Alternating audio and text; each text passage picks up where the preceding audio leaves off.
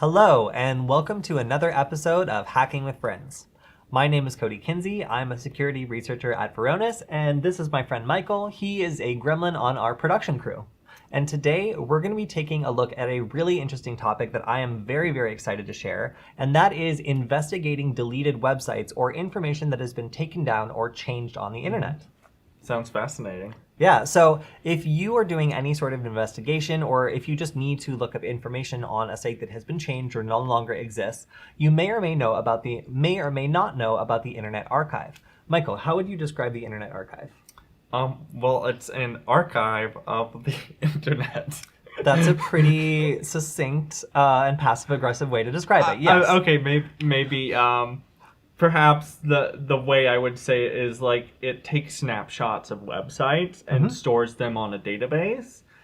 So it's not like it downloads the entire internet on a daily basis and all. It's more like Google, and it has crawlers that crawl the internet, and then also dedicated users who point out websites to it, and then it will periodically take snapshots of those websites, which you can then readily access. So it's really useful, if you are like bookmarking a website and you're afraid that it might not be there later, or if you're trying to do research on like what was on a website before, like maybe there's a huge company. What did their company say they were gonna be, when they were first starting off or something? Yes, like my favorite startups. trick. Before you go and talk to a business, always look at the original version of their webpage, back before they dialed it back. Exactly. And you can generally see what their motto is and all this other stuff. It might be a little bit more watered down now that the company's matured. Yeah. But yeah, especially big corporations. Definitely. Yeah, so basically the Internet Archive, as Michael said, takes snapshots of the internet and saves it. And it allows you to go back in time essentially and see previous versions of these websites. Now, the ways that you can access this data have grown substantially since the Internet Archive started out. Now we can use browser extensions and even now Maltego to actually go in and start doing searches and find information that has been erased from the internet. So doing investigations on websites that don't exist anymore or have been seized or taken down is often very difficult. But with Maltego integrating this now, it becomes really easy to kind of pivot from one piece of data to another and use information that might have been scrubbed from the internet entirely to continue an investigation that might otherwise hit a dead end. And to be clear, when you say scrubbed, it's not necessarily as if websites are maliciously and intentionally scrubbed of data. Just throughout normal use, the web developer, web admin will delete pages and retitle things, and so oftentimes you can find the broken stuff.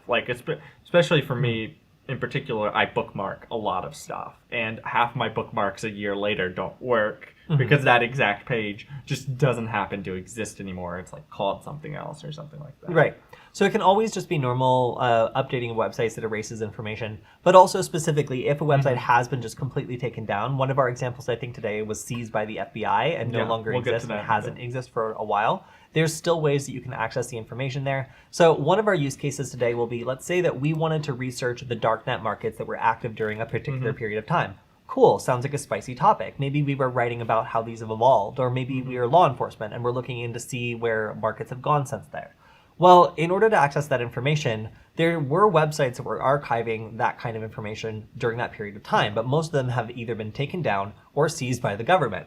So if we wanted to go back and see what they looked like before they were seized, that is entirely possible, and we can learn information that is harder to find now because it's just not really maintained about a specific time period, which can be really useful if we need a snapshot of that era.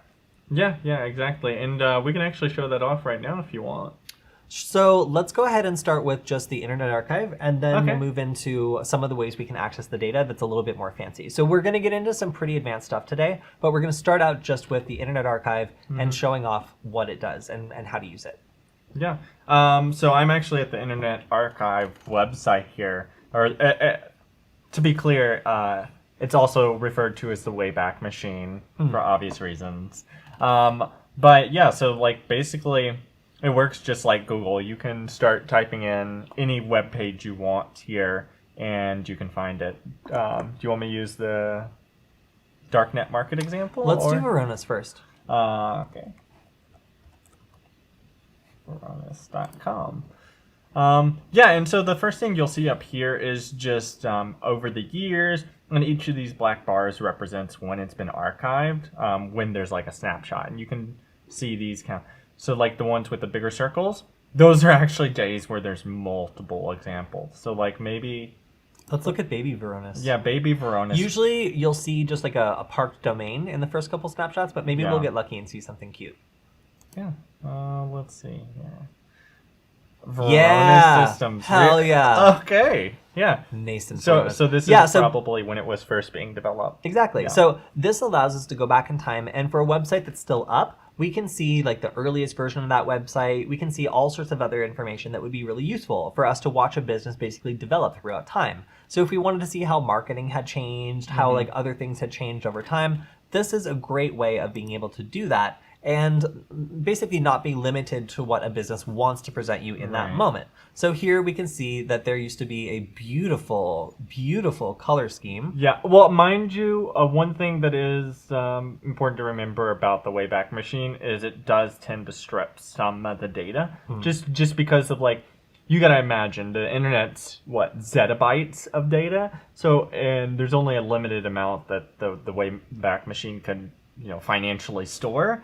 So it will strip some stuff like image data in particular. So you're seeing mostly text on a lot of these Let's websites. do Cat Fancy. Sorry. Cat Fancy. I want to see earlier versions of that. So let's say that we wanted to see previous issues of Cat Fancy, and unfortunately based on some, in my opinion, very unfair and biased opinions, Cat Fancy has now been changed to another name, which I will not speak on the air. So if we want to go back and see the real stuff, we don't want any of this new nonsense, and we want the classic real thing. Let's say we're just a hardcore Cat Fancy fan. Then we can go back and use the Internet Archive to find out, just basically like what the real classic stuff looked like. Catfancy.com. Yeah, I was trying to do that. Just .com. It was wanting to load slow. There we go. Yes. Okay, so how far back do we need to go? So let's do, it looks like there was an explosion of interest in 2008. 2008? Yeah, there's this huge spike. So let's see, what was all the fuss about? Well, to be clear, that's not necessarily indicative of interest in the website. It could be people deliberately archiving it. That is true. So it might be people who are just like, this has to be saved. Yeah. So one thing that we can show as soon as we go to this is also... That's why I was getting earlier. Go to a different example. Oh, wait. No, it's loading. Okay, so yeah, like it was... There are some... There was a whole cat channel. Oh, wow. 2008 was a simpler time. Okay. So we can see the cover of Cat Fancy. That's a majestic beast right there. It's beautiful. It's truly beautiful. That. Yeah, so really, like, the Internet Archive is super, super useful for this sort of thing. Now, if we go to... go ahead and just do a Google search for Cat Fancy. Yeah. Do you want an actual Google search? Or you want me to just search it. Scroll down and let's go to whatever website. Okay, the there. Cat Fancy. Oh, okay. Don't click on that one. That's the one I don't ever want to go to or talk about. Click on the Cat Fanciers Association, the world's largest registry of cat fanciers. So if we wanted to archive this, let's say that we're afraid the same thing that happened. Beautiful. We're afraid that the same thing that happened to Cat Fancy is going to happen to this precious website, and we want to make sure that future generations can always see its face is so flat. We want to make sure that future generations have access to this perfect flat-faced angel. How would we do that, Michael? Yeah, so there is a page, is it back? Yeah, right here, web.archive.org/save, where you can just take this web URL and you can say, paste it in and save page. And like that's the default way to do it. And as you can see, it's processing and saving that page.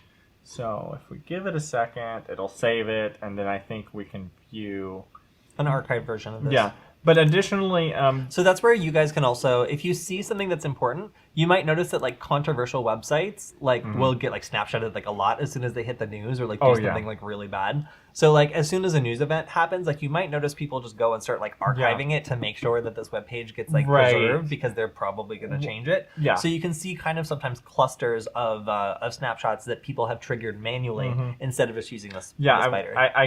I can't off the top of my head remember a specific event, but I know it is very common for companies to do something that is maybe not the smartest thing ever, or some people to make like a certain tweet that's not the smartest tweet ever, and so that'll get archived because that archive will stay on the Wayback Machine even after they change. Let's take a look.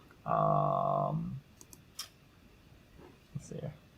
So future generations will be able to click on this link, and I'm crossing my fingers, we'll be able to see the perfect flat face. Hopefully, if it saved that image, it. Yep. Yes. Okay. You're welcome, future generations. Don't say that we didn't do anything for you. Yeah, and you can see the other archives of this website up here. Great. Ooh. So actually, let's go back to the real version of the website. Yeah, the real version. And then, can you show some of the fancy browser extensions that allow you to access this information without needing to just go to the overall portal? Yeah. So I only have one browser extension on this Firefox I'm currently using, and that's the WaybackMachine Internet Archive official thing here. And so basically it's just got a simple GUI interface. Save the page now. Right, so what we just did by going to that other link, would just we can be this use button with click. this Firefox browser extension. And it'll go ahead and save it. And of course, like... So this website is going to be archived. Twice Today. Something could have changed in a couple of seconds, and I don't want our future generations to miss that. Cool, so it's saved. It's in process of saving. saving. Yeah. So then we can also see the recent versions, first versions, overview.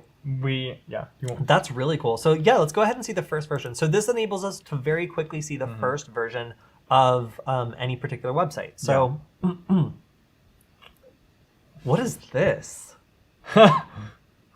So now we've learned that before this was the this was a respectable organization, the CFA. This is way back. It was somebody else owned this domain. It's really interesting. And it happened to get archived. Yeah, when was that? Like the 90s?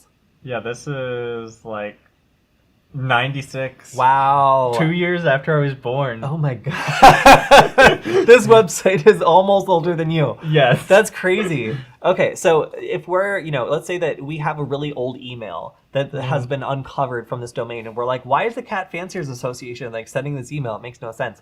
We could go back and see, during the 90s, some other association actually owned this domain. Yeah. Super useful if this information seems to otherwise have been erased. I don't know for sure, but this looks like maybe someone else owned it for a while too. And before... Coming soon. So this is when it was kind of in... this was into 2001, so this website... Yeah, this is really cool because you can even do basic like OSINT research here and just kind of see when... Yeah, so this is when they first started construction in 2002. That's so earnest. And then...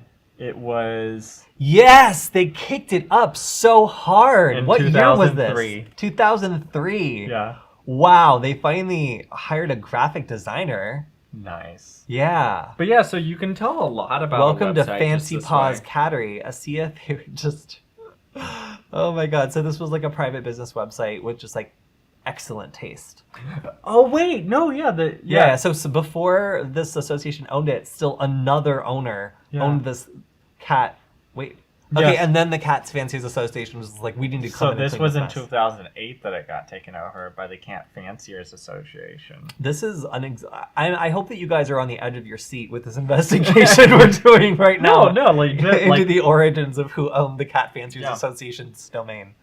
It is very interesting how you can do that. And then also up here, I think who is search is that useful. So we can see domain information. 2002 Cat Fanciers Association.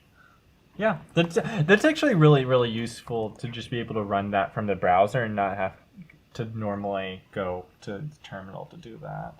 So you can get all kinds of, phone number, like, who's the registered agent and stuff. Yeah. Cool. So let's go ahead and switch over to my screen. I want to show off a couple of other extensions. So I am also on the CFA.org page, and first of all, I cannot believe that they've been doing this since 1906. That's incredible. So if I right mouse click on here, I believe I can use the Go Back in Time extension. And this is for Chrome? Yeah, and this one I believe is for Chrome. Is it? Let me see. What am I in? Yeah, I'm in Chrome. Yeah. So I can use the Go Back in Time extension, and where did there it is. And what it does is it gives me access to the Internet Archive, but also a bunch of other services. So there's other services besides the Internet Archive that basically save this information. So if I wanted to do Google, basically, and just look at previously cached versions, I can see that there's a cached version that's a snapshot of June 2nd, 2020. And it specifies that, it could be changed in the meantime. And I can see everything on this page. So if Google's gone back and archived this, there might be other versions that the Internet Archive doesn't have that are available. I can go back and I can look at this in Bing and see a cached version on Bing. I can go back, let's see. Oh yeah, cool. And then I can specify the range that I want to find. I can go back and do it on Yandex, which is... oh, that's cool. I believe. Oh, no, wait, no, I can't. I lied. Yeah, so a lot of the major search engines do have the cached website data. And I think you can even tell this if you just do a normal Google search. Yeah, so I'm going to switch to my screen real quick. Yeah, go for it. And if you look, so like I'm just doing normal Varonis Google search here. But if you click this little down arrow, you can see cached as well as similar. And so that'll allow you to see a cached version of the website, which, again, is very similar to the way the WayBackMachine works. So definitely something to keep in mind when you're doing your Google foo.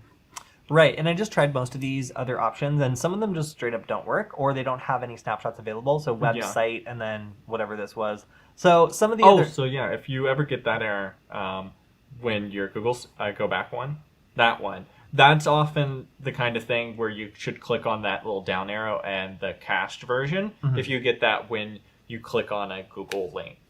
Right, well for this particularly, it's for a different service that supposedly has cached this but actually hasn't. So when I go back, I can see that at least like Bing has some results, and I can also see more. So like there are some other sources of historic information.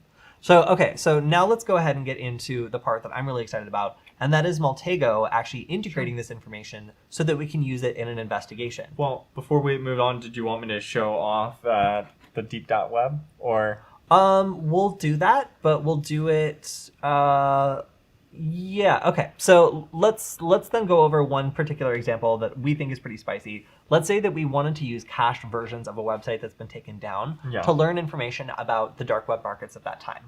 So there's a website called deep.web, and if you go to it anytime within the last couple of years, it is obvious that you're not going to be getting any information about it. It's been seized. There's also a bunch of really lame brands at the bottom. What is this? Oh, no, sorry. Sorry. Literally every like enforcement agency across the country. What is the one with is that a pyramid eye or like this one? No, the one next to it. It's I think looking. like this is like probably I don't care about that one. Israel. Yeah, that's this like one's like that one looks scary. I don't know what it is. But I can tell the German one because it's super boring and plain and it has a people on it. Yeah, super long word. Yeah, I guess like the U.S. Postal... Oh, the Postal Service investigators. Yeah. It's like, why is that bird here? Yeah, exactly. And then the Mexican Federal Police. Okay, wow, yeah. So a lot of agencies got very angry at this website and decided to take it down.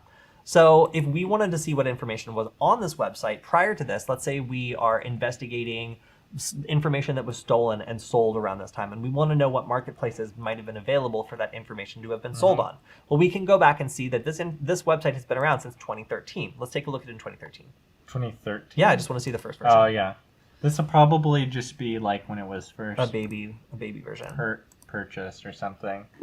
But yeah, so deep.web was mainly like a news website, but also the main reason it was taken down was because it would provide links to these marketplaces. All right, so if we look... yeah. Hilarious. So if you go back up, you can see that they started out with news and articles, videos, memes from the web, meme generator, publish memes, image gallery, contact us. This looks pretty innocent. It's like, this is not like particularly useful for like a criminal or something. You can see that like it's still pulling some resources that have been seized. Yeah. But go ahead and go to... No, that was an article about something being seized. Oh, okay. That's funny. That's interesting. Ironic. Very good foreshadowing. But if we go to a little... Oh, hidden sites being seized. So they start covering marketplaces, but it's not an explicit like tab or anything when they got started. So that's at the very beginning of this website's history. Then we get to see they've obviously invested in branding, and they have a whole new tab that's just markets list. Yeah. And this is starting to look a little sketchy. Yeah. So when we click on markets list, we can go down and see some big names that since this website was taken down have been seized. Yeah. So the biggest one is Alphabay, which obviously, if you guys have Googled that, they were taken down pretty hard. Yeah. But you can see that back then, this was the #1 recommended marketplace to do business on. Since the thing's still downloading, no, it's fine. Another one. Oh yeah, okay. Yeah. So basically, this is then a list of different marketplaces that have like various levels of ratings, and it will try to tell you which one to use, what the rules are, and that sort of stuff. So go back up. I really don't want to scroll through all of them. But Alphabay is the one that they recommend at this time. Now, during this time, I believe that Alphabay had already been taken over by several other law enforcement agencies, which is ironic. And was basically just taking down anybody or logging the information of everybody who's using it, and then took all of them down kind of at the same time.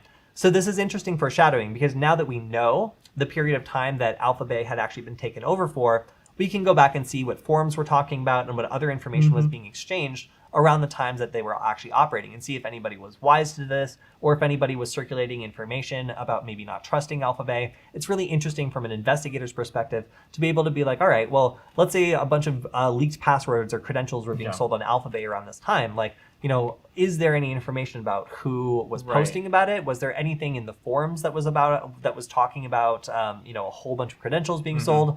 For websites that basically archive news about these marketplaces, even though they've been taken down now, they're still rich sources of information because they can be found via these archive platforms. Yeah, exactly. And so definitely something useful for these sorts of investigations. Definitely. And oh my God, the ads are terrible on that. I am so happy. Yeah. that I'm kind of surprised the WayBackMachine, because like it archived some, but then like this one it clearly didn't archive. Yeah, it's interesting. But anyway, we can move on to Maltego. Cool. Because as you may clearly see, like, it's easy to search this in some ways, but Maltego is a much better platform for doing these investigations, because you can see these connections a lot easier. Right. So I'll let you take over. Right. And again, for any investigators that are researching like cybercrime or criminals, or people who are looking at where credentials are bought and sold, this kind of information, you might only hear about a marketplace after it's been shut down. You can still have access to the information that was on a website that was talking about those marketplaces, or archiving news, or hosting a forum, provided it has been archived. So it's good to be able to check.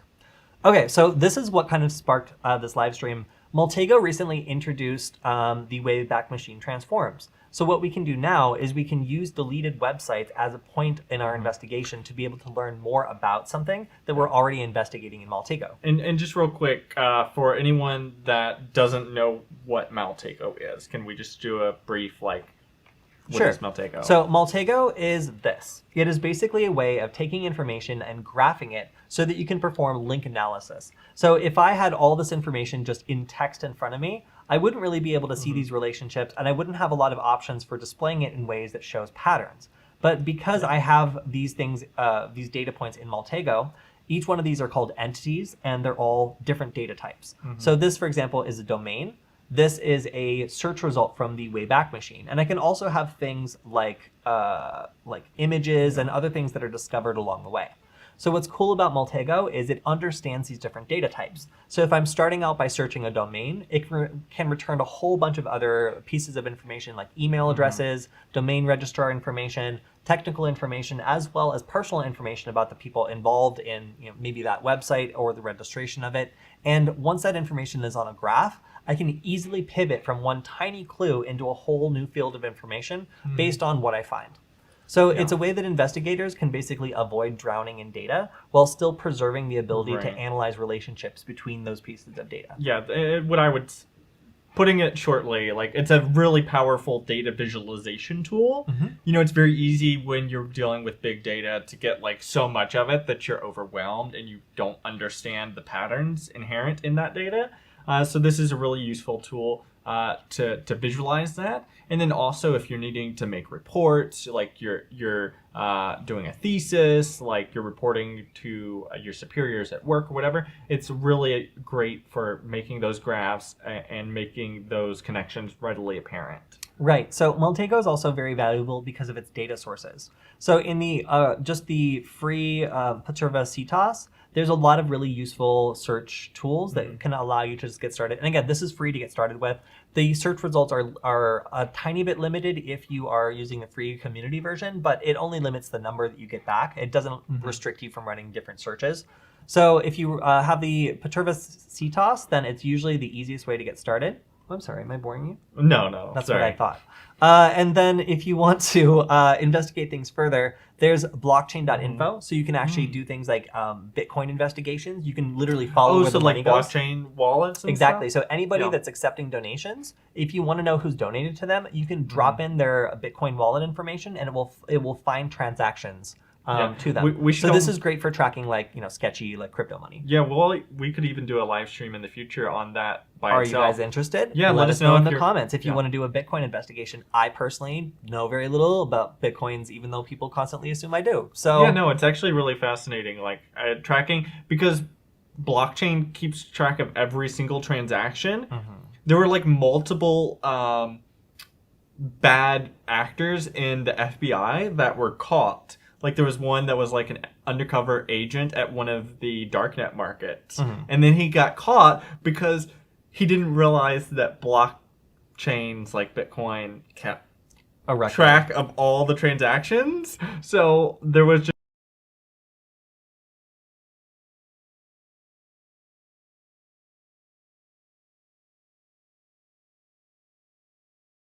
all right, sorry everyone, we had some technical difficulties. Apparently, if you take all of your production gremlins and put them behind the camera, there's no one to make sure that the battery doesn't die and that the microphone doesn't also die. So let's get back to what we were talking about.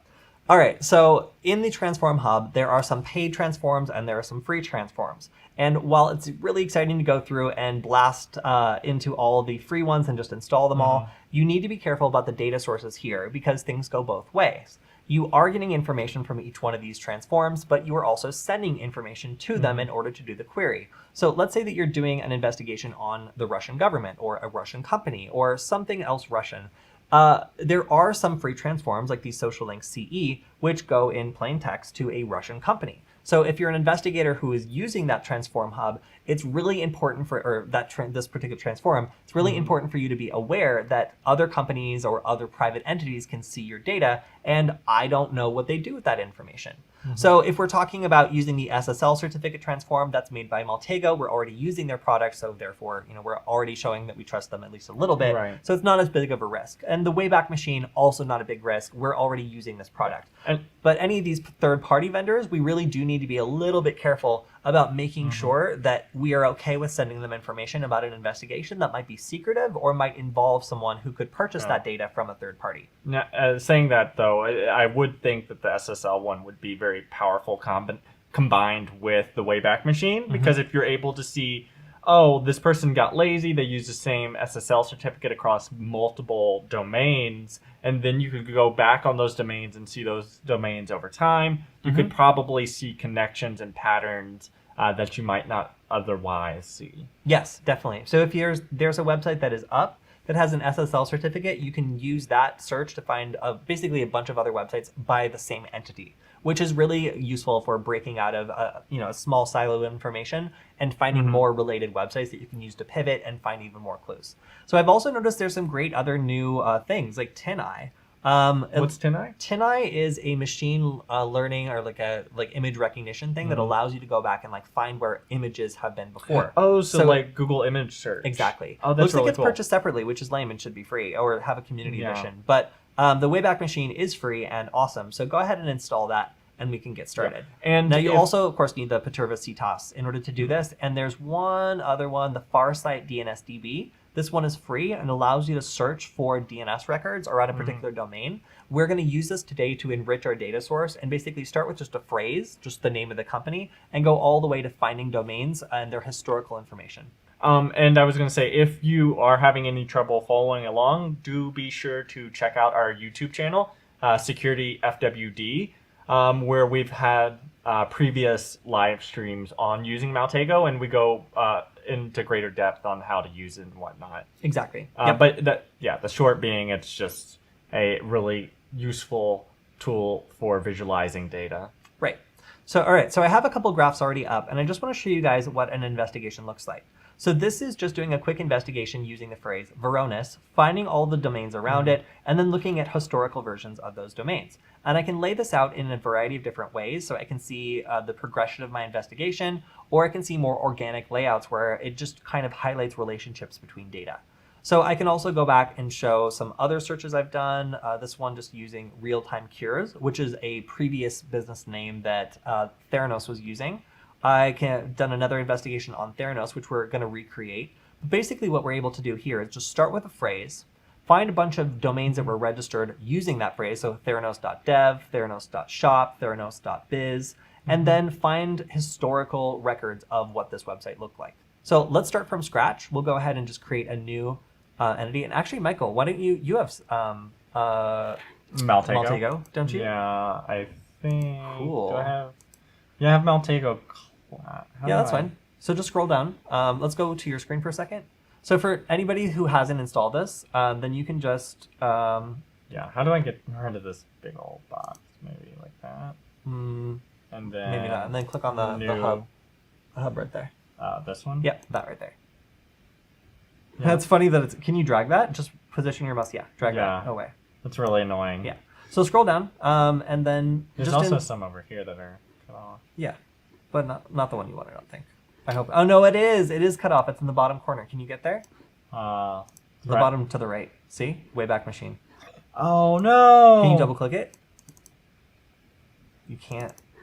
Why are you failing me, Kali Linux? That's hilarious. And I can't... Wait, can you make the window smaller? That's what I'm just trying to do. Just double click on the bar. Oh. Okay, cool. There. All right, then just install. Yeah. Yes. Yes. Cool. So this is what it looks like if you're installing it for the first time. And again, it's really useful. And you can use a variety of different data types to then start querying this database. So go ahead and click Finish. Then scroll up and install the DNSDB stuff one as well. Keep going up. There. No, keep going. Sorry, that's the same color scheme though. It's like orange and keep going. There, that one. Farsight DNSDB. Install. Oh, this one. Yep, that one. So that'll allow us to enrich our data a bit. Cool.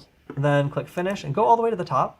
Do you have Perturba? Yeah. Okay. Go ahead and so now create a new graph on the top left. Very top left. Okay, sure. And then in the entity, it's magic. Yeah, in the entity palette on the left side in the search bar, type phrase. Cool. Now drag and drop that into the main window, and then double click it, and type in Theranos. Okay. Is that spelt right? That's sure. Let's try it. Theranos. Theranos. Did you put an A? THA. Yes, it's an E. I think it's Theranos. Okay. How do I edit that? Yeah, just double click. Okay. Theranos. I think. I should make sure. Yeah, I should just Google that. Yeah, but anyway, okay. So right mouse click. Right. And then go to Farsight DNSDB. Okay. And then the second one that says DNS lookup phrase. Accept the disclaimer and then run the search.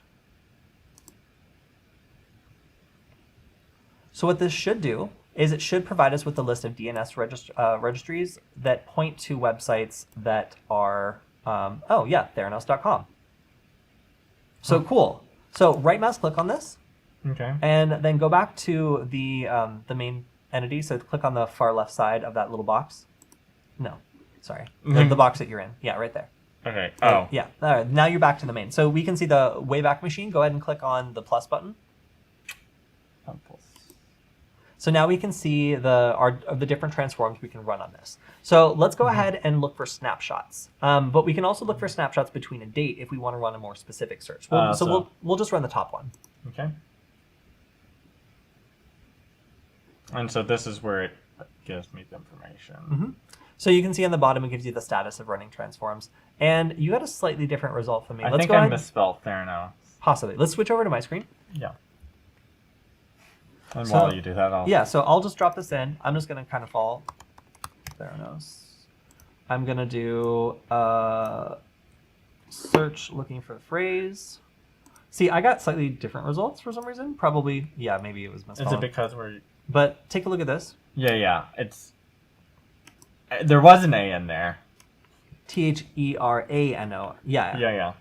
Very important when you're running your investigation to spell things correctly. All right, so funny that there was some other random website. But all right, so we have Theranos.shop, Theranos.asia. We can see the domains that they registered, which is really useful. But if we were to go to some of these, you'll find that most of them are no longer active. We can't see what's on those. So Theranos.com, for example, interesting lead. And we can double click on this entities to see other properties that are included.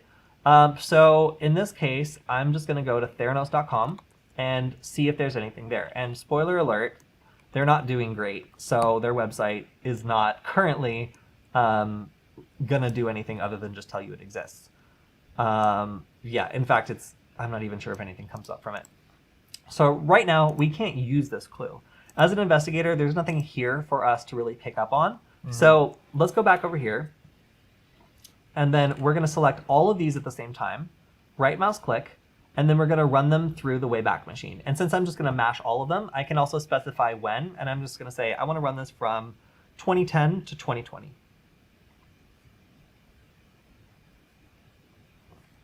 And what this is doing now is it's querying the Internet Archive for every one of these domains. So we're able, as a researcher, to very quickly find and then run this through some sort of process to gather more information. And we can see that the main Theranos.com has the majority of the hits from the Wayback Machine. Now, we haven't found any files, but this is something that we can actually do. So if we do find files, we can use IBM Watson to enrich that further and basically be able to convert those into other clues we can use. Okay. So on this one, let's say that I want to take a look at this. I can click on it. I have the... I'm sorry, am I boring you? No, I'm just very tired. Oh, got it. So I can go ahead and click on the result here, and here we go. We have a result from Theranos. That seems like way back in the day. Exactly. So we can see this was, looks like it was 2011. And we can also see that we might want to adjust our search so that we are also hitting things in 2008. So we can see there's trademarks here. And another application we saw for this was basically patents. So if you have a company that's claiming to be the first to do something or that something's common knowledge, you can also use this to go back and basically find out when a company was asserting a trademark or was otherwise, doing something or producing something that another competitor might have stolen or copied. So I've seen applications of using this to basically track down, what copyrights were established first during a dispute between companies. And here you can see, if we were doing an investigation, all the different positions that this company was hiring for at this time. And we can have a list of all these different transforms available to us in Maltego. So if we have a satellite domain we want to investigate, like in this case, we can see that at some point someone established Theranos.net. We can take a look and see if this is material to our investigation very easily by just clicking here. It'll open the archive, and we can quickly see yes or no, is this useful? Could you use that SSL search to see if did Theranos just go ahead and buy all the other domains like .org, .com, .biz, etc., or can we tell whether that's someone trying to fish or otherwise capture that? Difficult to say. So here's a result. We can see that it's parked free, courtesy of GoDaddy. Nothing's really been done. The problem here is that I don't think it captures the SSL certificate. And at least in the Maltego transform, it doesn't give us that information back. Okay. However, if I was to go to the live or whatever's sitting there now, or find some sort of zombie that was still up that they'd set up, then the SSL certificate would be preserved. So I'm actually not sure how to do that. But if you could do that, then it would allow you to go back and find other websites using the same SSL certificate historically, which would be awesome. Yeah. And that would allow you to find organizations that were all linked together. WayBackMachine, something else to add to your to your transforms, or like a good way of enriching that data would be really awesome.